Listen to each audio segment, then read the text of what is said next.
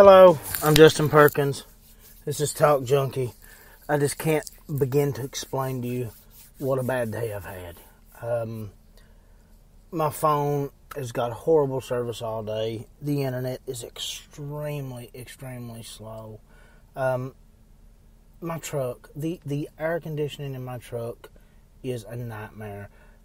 The way the weather is right now, it's hot and then it's cold. My air conditioner is just too powerful. Like, it's warm enough today for air conditioner, but you just can't run the air conditioner because it's way, just overpowering. On a really hot day, that's great, but on a day like today, I want something in between. Can they not take the time to make an air conditioner that has an in between? And I'm a little sick to my stomach. I'm so overfull. I'm so beyond just, it's ridiculous. Today's been a nightmare. It's hard to sit and say those things with a straight face. I've seen poverty. I've seen homelessness. I've seen, to some degree, hunger. I've seen people with real issues, and to sit and complain about things like I just complained about seems crazy. But all of us are guilty of it, if not to that extreme, to at least some level, sometime. Merriam-Webster Dictionary defines first world problems as a usually minor or trivial problem of annoyance experienced by people in relatively affluent or privileged circumstances, especially as contrasted with problems of greater social significance facing people in poor and undeveloped parts of the world. Whereas Wikipedia would describe it, first world problem is an informal term for the issue in first world nations, or issues in first world nations, that are complained about in response to the perceived absence of more pressing concerns. The phrase was added to the Oxford Dictionary Online in November 2012. And to, another one, 2012. Anyway, things that have been cited as being first world problems include slow internet access, not being able to find items in a shop, bad tasting fruit, getting a bad haircut, television remote not working, poor mobile phone coverage, and phone battery dying, or, as it's called, low battery anxiety. According to USA Today, let's give you a little brief lesson on the history behind first, second, third, and fourth worlds, or worlds within the worlds, as Nations Online put it. Though after World War II, the world split into a newer four-world model. Many are most familiar with the three-world model.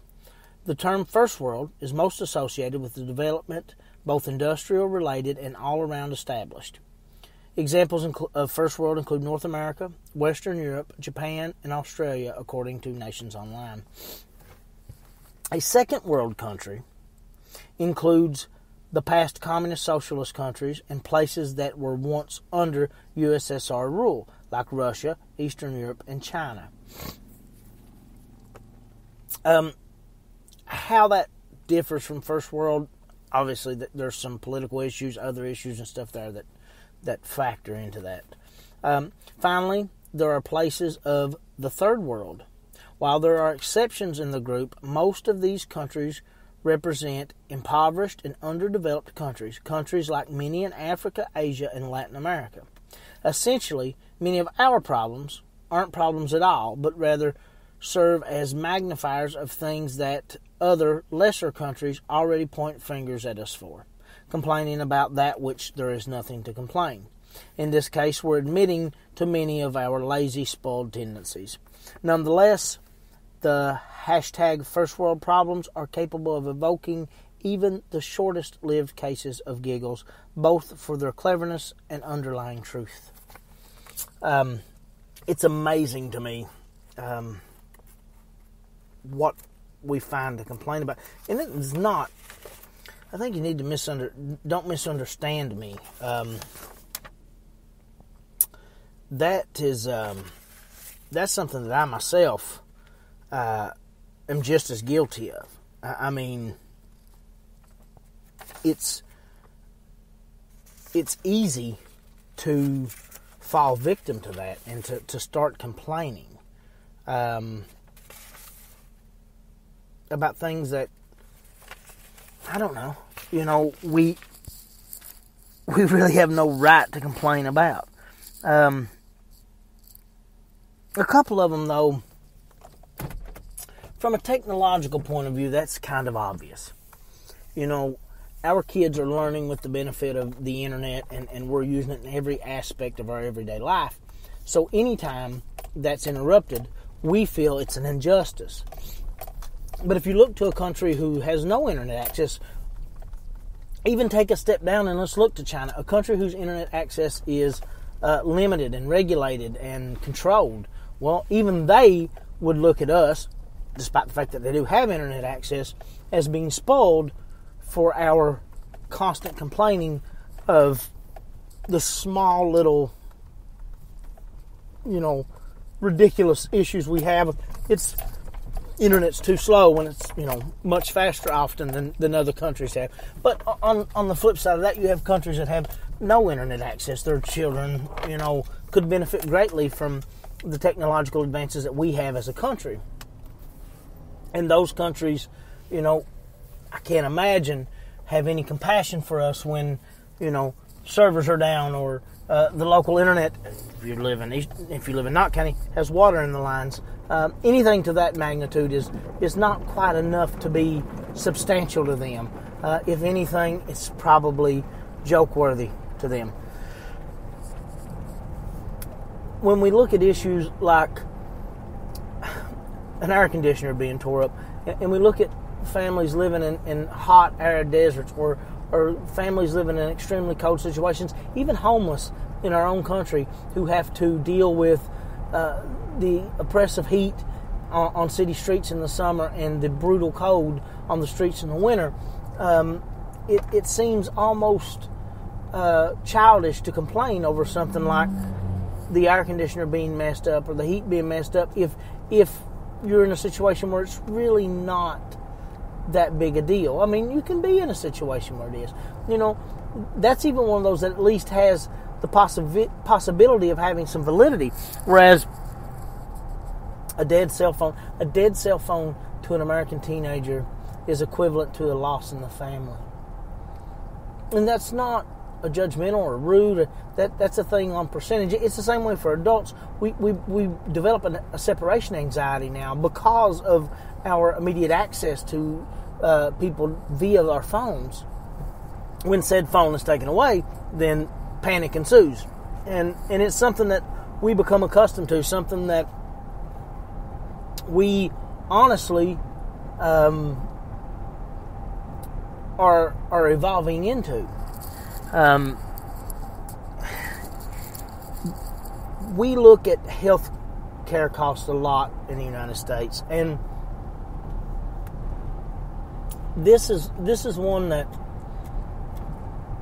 it is a first world problem, but it's also a problem that we have people in America who can relate to it to some degree. So it's a good one if we want to stop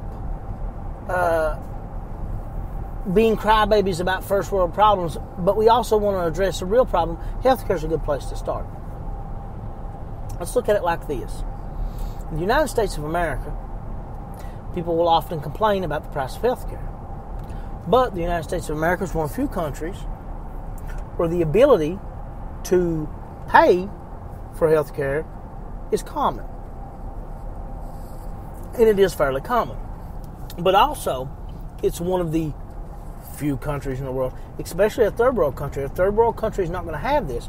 But many citizens in the United States of America have paid health care. Now, this is where the line gets blurry. In the United States of America, there are many people who cannot honestly afford health care, but still do not qualify for free health care. So, when you're complaining that, say, your company cut bonuses and things of that nature for you to ensure that you continue to get your health care paid for by your country, by your company, that is very much a first world problem in regards to someone in Africa who has people dying of malaria and Ebola and HIV and things of that nature. But it's also somewhat more of a first world problem for you, because for someone who, say, doesn't have company-sponsored health care and does not qualify for government-sponsored health care. So it's a very unusual one. But as Americans, we look at health care this way. Let's say no matter who you are, no matter how poor you are in the United States, emergency medical care is always guaranteed to you. Now, the repercussions financially sometimes are devastating. They can take everything. But barring that, there's people in third world countries who would be more than willing to give up what few belongings they have to save a family member and things of that nature. Now, on a human level, nobody should really be ever put in a position where they should have to make that choice. I don't understand that. It seems to me like there must be a better way. We spend a lot of money blowing a lot of shit up. Seems like we could spend a little bit of money fixing some stuff. So, but that's a different podcast for a different time. It's hard as an American sometimes to objectively look at the world, especially a third world nation, because I've never experienced it. Many Americans experience things that may be similar. I don't know if the statistics are old, but I understand that the homeless population of Los Angeles, California, and the surrounding area, I'm assuming there, hopefully this is not just Los Angeles, but it very well could be, is 70,000 people. Now, somebody fact-check that. I'm not stating that as a fact. It's a number that I heard through around at one point in time, whereas the population of, say, I think it was Boulder, Colorado, was 100,000 people. And it was a city in Colorado. I'm not sure which one. But you understand the comparison is that Los Angeles has a homeless population of 70-some thousand people, larger than some large cities in the United States of America. And, but we're not a third world country. Even though our handling of people with mental illnesses from the 80s till now looks like something that would be done in a third world nation. And even though that part of the situation, or even the part of the situation with homeless and disabled or disabled people who are homeless, veterans, people with mental issues, that's something that should happen in a third world nation and not in the United States. But a very new trend is starting to pop up, especially in Los Angeles and areas like that, in regards to homeless people. And it's a trend that's very much indicative of us being a first world nation, something that only a country like the United States could have.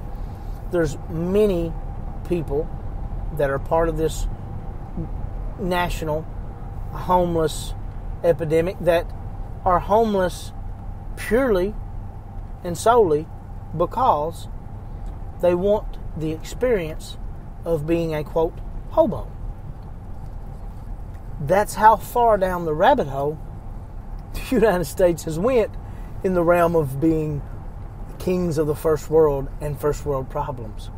We have people who have housing, financial support, families, all the opportunities to function in the way that America sees fit as a society, whether that be right or wrong, but have all the abilities to at least participate in a first world existence, and they are choosing to live off the streets without money, without jobs, without sanitary environments to be in. And their doing so is putting a strain on social systems that are in place to help homeless people, and it's putting a strain on things that private individuals are doing to help. If they really wanted to do something, maybe they would just go to the local homeless shelter and volunteer and work and try to help people on their free time while they still try to participate in life like everyone else. But only in the United States would you get such a thing. Now, the United States does not lead the world in this first world issue, vacation. Actually, we're fairly far behind in first world countries as far as vacation goes. Most other first world countries get more vacation than us. I'm not sure. I'd have to check. I believe there's 2 countries maybe that was on the second world list that actually got more vacation than the United States as far as working. We're very greedy, and we put an overemphasis on work and things of that nature. I would take 6 months a year off if they'd give it to me, and I could afford to exist that way. But we're getting worked into the ground.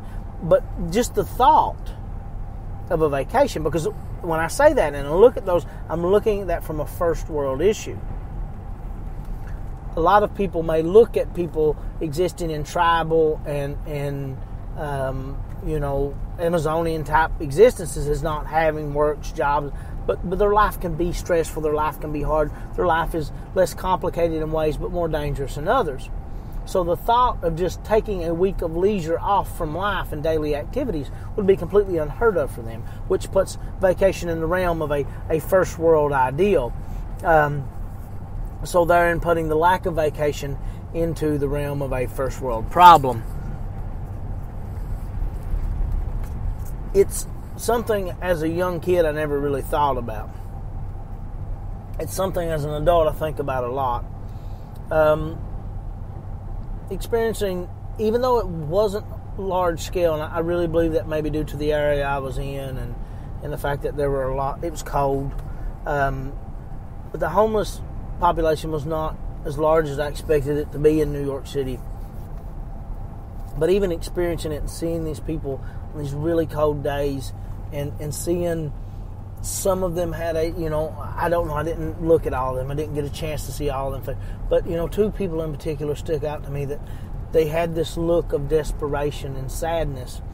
And I looked at all the abundance around us and all the things around us, all the infrastructure and money and commerce and trade and people and all of the profit around us. And it's hard to imagine how we allow things to get to that level. Now, most of the people I experienced, it seemed to me fairly clear that they had some sort of mental illness, and we don't really have anywhere to maintain and keep and take care of and help people of that with those issues at this point anymore.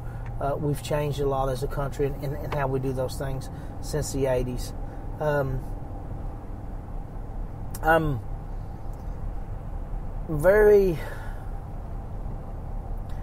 I try to be, anyway, very, I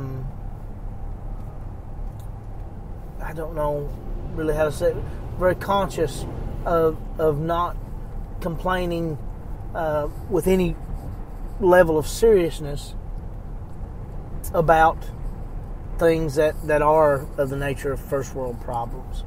And the United States is an odd place because we have weird problems here. We have things like not getting to work out that day. Not getting to work out is an odd problem. It's not a problem that third world countries are going to experience. It doesn't even seem to translate as much to second world countries.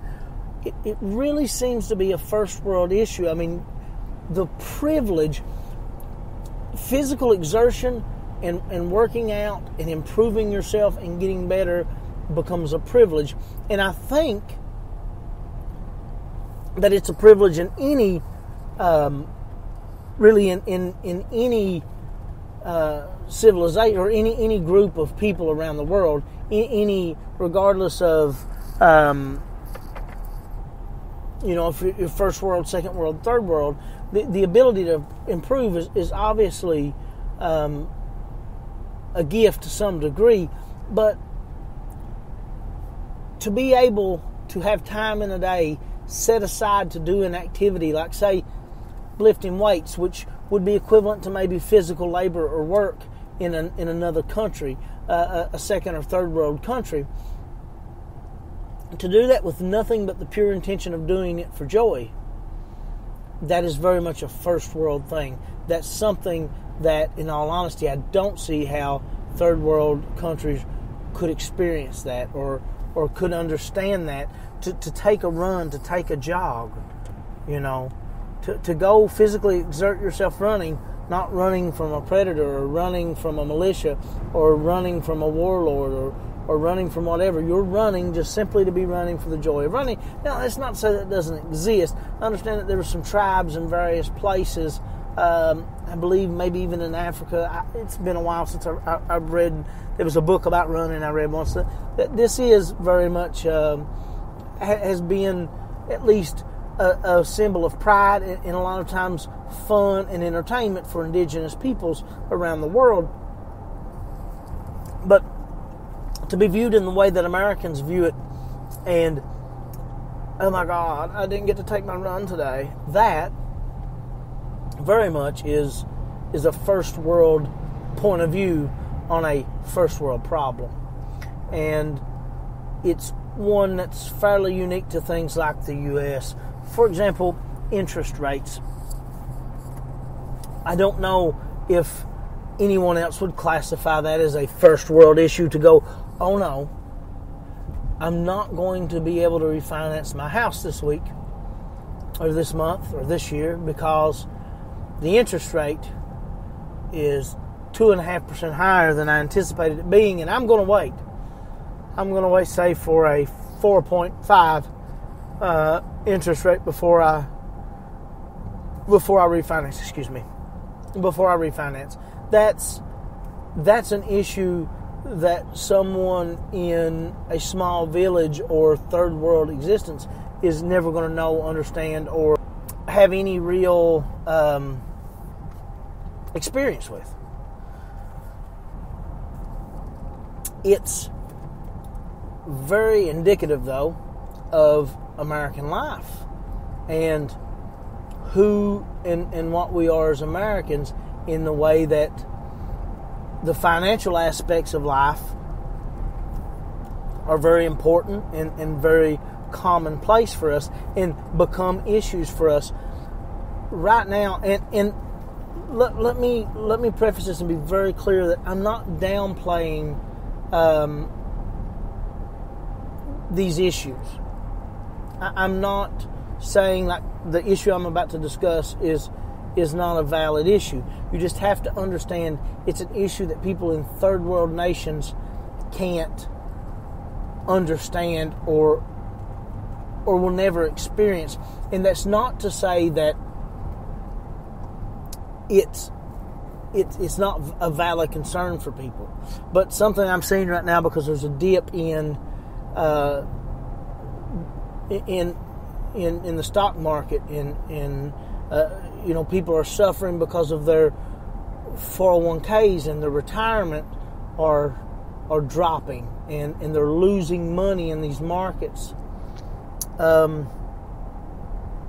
That is an issue. The thought of having extra monetary means put away so that at some point in life you can quit working. Because, see, work in these other places are not equivalent to a 9-to-5 job like we are. Work is simply equivalent to survival. That is eating, hunting, fishing, farming, packing water, things of that nature. And the thought that at some point you can just stop doing what basically is work to you, the art of survival, and have a monetary way to support yourself and still provide for yourself services. You can have that to some degree maybe in a second nation. You could in a second world country, but in a third world or tribal or indigenous setting, it's hard to imagine that. And quite often, communities instead have to come together and help take care of the elderly. And also, you seem to, in some cases, have a shorter lifespan. The quality of life deteriorates, and the life up until the point of old age has been harder with more strain, so you get a shorter lifespan in the end. And it is directly correlated to, basically how hard life was, and an inability to provide and continue that hard life after a certain age, and the body breaks down. If you sit and tried to explain to someone from a very secluded indigenous tribe the theory behind a 401k or a retirement, I think they'd be very receptive to the ideal, because that would be a safety net that probably they could not imagine, unless they come from a culture where the elderly population is greatly taken care of, versus cultures where the elderly population is seen as a burden. That's to say, a very first world problem would be, mom's got really bad, she's got dementia, she's got this, she's got that, she's got Alzheimer's, she's having a lot of trouble. I can't stay with her because I got to work all day, so she's having to go into a nursing home. The thought of having to put your parents into a nursing home can be a strain and can be very stressful. It can be very sad for people. It can be a very trying thing, and that's real. But in the aspect of someone from a third world country, they couldn't imagine the possibility of someone caring for their elderly and someone helping the sick elderly and taking care of them, and the elderly definitely could not imagine that. That's very much a first world situation, and it's not just our problems, it's the situations and how life exists. It's amazing that with the time we've been here, that we've all had the same amount of time as a race here, as a human race, but pockets are less developed. Pockets have went a different path. Pockets of, when you look at it, are hundreds, and in some cases thousands of years behind the progress we have made. A cell phone, in comparison to a group of people, a person with a cell phone in comparison to a group of people in the Amazon who've never seen outsiders, the amount of distance between those two civilizations, between the modern civilization that produced this modern person with this modern cell phone, the distance between them and that person out in the woods who's never seen an airplane, never seen a car, never seen a phone, never seen anything man-made outside of maybe the clothing and hunting utensils and houses they have. Everything else is completely natural and been provided so by nature. The contrast of those two types of cultures and the fact that they can coexist or have coexisted up till now. I don't know how many actual untouched civilizations there are left. Very few. For the most part, I'm sure they've all been exposed to Western civilization, as it were. But it's hard to imagine that we exist here on the same rock, been here the same amount of time. And in some cases, you look at a civilization such as the United States, look at a country like the United States of America, we're young. We're very, very young. Our existence is an absolute drop in the bucket compared to someone like, even an African tribe who is us compared to an African tribe that's been in existence as a tribe itself for however many years. Buddy, I don't know where you're going there. Sorry, I had someone just about take me out. But to compare the United States with its limited history and to the level of technology and advancement it's made it to, in comparison to, say, a tribe in the Amazon, let's go that route, that's never had contact with anyone, but that tribe itself and its tribal lands and its lineage last exponentially longer than the history of the United States of America, but our advancement that way.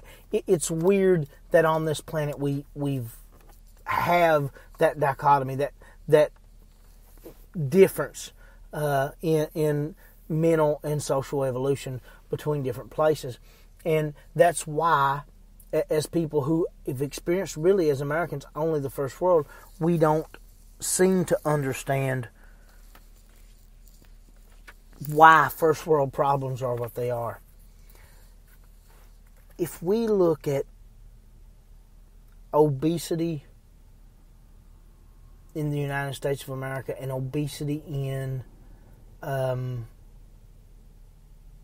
first world countries, it is to me we talk about first world problems. Obesity is a first world problem. And we have to understand, look, I'm obese. I'm 5'10", I'm currently 224 pounds. That's obese. Not just overweight. According to where I should be, I think at 5'10", 5'11", I should be 165 to 175 pounds. Understand that the shape and size of humans in first world countries change, but I think there's a swing to change it back. I'm generally much healthier than I am right now, but, laziness does hit me from time to time, but still, even at my healthiest, I'm not down to where I should be. But I notice, especially in younger generations, that exercise and diet seem to be a much more important thing. But the United States is weird in that the most obese segment of the American population is the poorest segment of the American population. That's to say that our poorest segment of the population is experiencing the most first world issue that of all, having an overabundance of fats and foods. That's first world problems at its highest, at its zenith. And the poor segments of our populations are the ones suffering through that. It costs a lot more to eat well, but it's not just that, it's what's available. There's been a third world approach to feeding the poorest members of the first world nation. And that is, it doesn't have to even be real food. It just has to have an addictive flavoring agent, salt, sugar, whatever the case may be. And it needs to be cheap, and in almost all cases throughout life, cheap is lesser quality. So we're getting lesser quality, programmed food, programmed to satisfy and cause addiction, and it's given at the cheapest possible prices because it is obtained at the cheapest possible prices, and the money is made through abundance because, wow, are they not selling it? They're selling like crazy. McDonald's has to be one of the most successful things in the world. And so, again, in the richest country in the world, you have the fattest population, and it's also the worst in its poorest segments. The poorest parts of Africa are the parts of Africa that are starving. Now, there's been changes in Africa. Let's look at diabetesjournal.org from November 2011. High-income countries have the greatest rates of obesity. The middle and low-income countries that develop wealth also develop obesity. For instance, with economic growth in China and India, obesity rates have increased by several fold. The international trend is that greater obesity tracks with greater wealth. Okay, obviously, it's a first world problem to have too much food. That's something that, sub-Saharan and African countries, very poor Asian countries don't experience. In 2010, 15.1% of Americans lived in poverty based upon family income census data. With the economic downturn, the number of people in the U.S. living in poverty rose to 46 million people, the greatest number in more than 50 years. Are poverty and obesity related? Poverty rates and obesity were reviewed across 3,139 counties in the U.S. In contrast to international trends, people in America who live in the most poverty-dense counties are those most prone to obesity. It's astonishing. We can set a trend. The United States of America has the ability to be the most first world problemed, first world nation in the world. Our poor are obese. Our obese are malnutritioned and not properly fed. That's starting to carry over into places like Africa. It's starting to become more of an issue in places that we're starting to feed, because these countries who were surviving off of food that were grown naturally started starvation issues because of droughts, because of wars, because of, like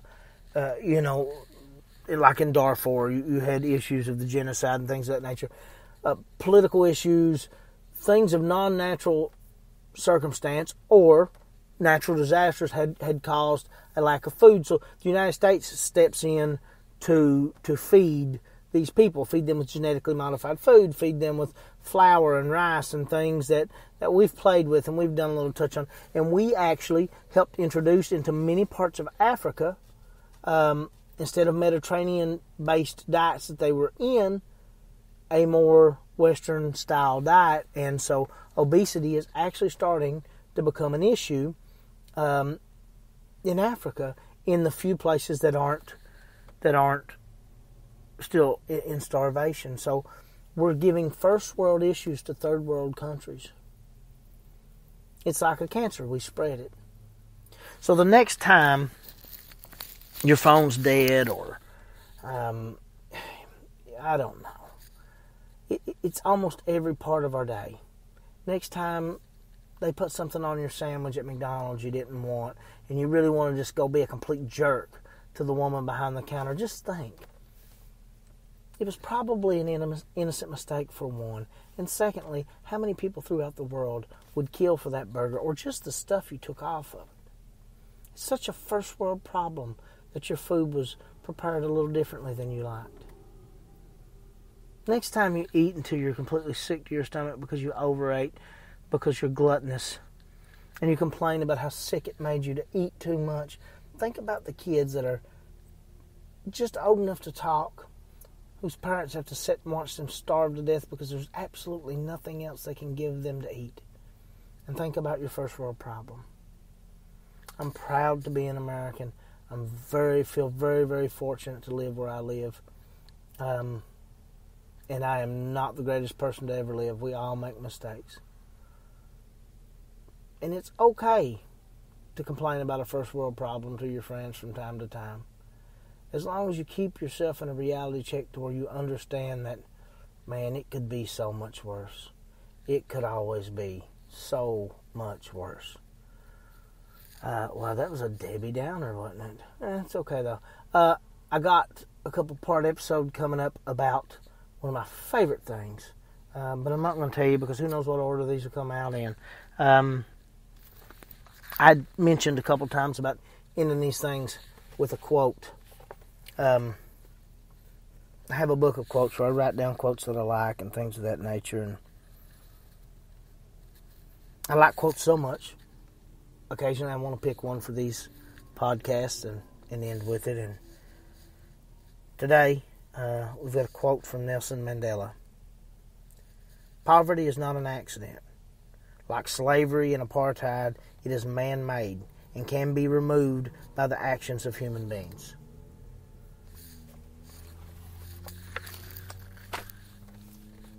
Before you complain, think about how good you may actually have it and what kind of conditions other people have. Because even here in the U.S., we have people living in lesser conditions than us. And it'd be nice to help those people when we can. And sometimes your time can be spent a lot better maybe trying to think of something to do or trying to do something, or at least being appreciative of what you have instead of complaining about something like battery drain or, there's never anything on TV. You guys have a great day.